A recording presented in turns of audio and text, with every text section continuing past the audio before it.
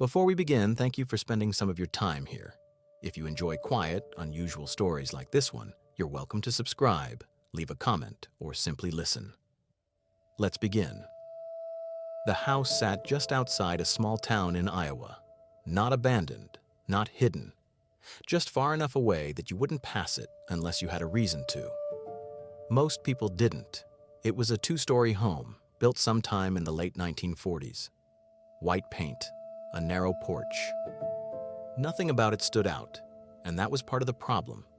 Because in a town where everyone knew everyone else, no one ever talked about who lived there. Not in detail, not casually, not at all. Small towns are usually loud in their own way. Stories travel fast. Mistakes travel even faster. But this house stayed untouched by gossip. People would mention it only when they had to give directions. Turn left at the grain elevator. Go straight for 2 miles. Stop before the old house. They never used its address, they never used names. I noticed this when I moved into town. At first I assumed I was imagining it, but after a few weeks the pattern became impossible to ignore. Everyone knew the house. No one claimed to know the people inside it.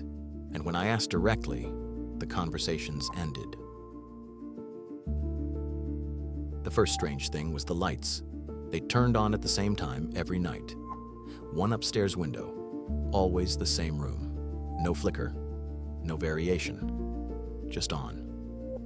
Then off, exactly 1 hour later.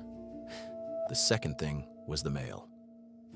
Letters were delivered, packages sometimes, but nothing was ever taken back. No trash cans, no yard work, no visitors. Yet the house never looked empty. It looked maintained. If you've stayed with the story this far, thank you. If you'd like to hear more accounts like this, you can subscribe or leave a like. Now, back to the story. One evening, curiosity did what politeness couldn't. I parked across the road and waited. The porch light came on. The upstairs light followed. And then something I hadn't seen before. Movement. A shadow passed behind the curtain. Slow, deliberate. Not someone walking through a room. Someone stopping, standing still. I didn't stay long. The next morning, the house looked exactly the same. No signs, no evidence. But later that week, the upstairs light didn't turn on. It never did again.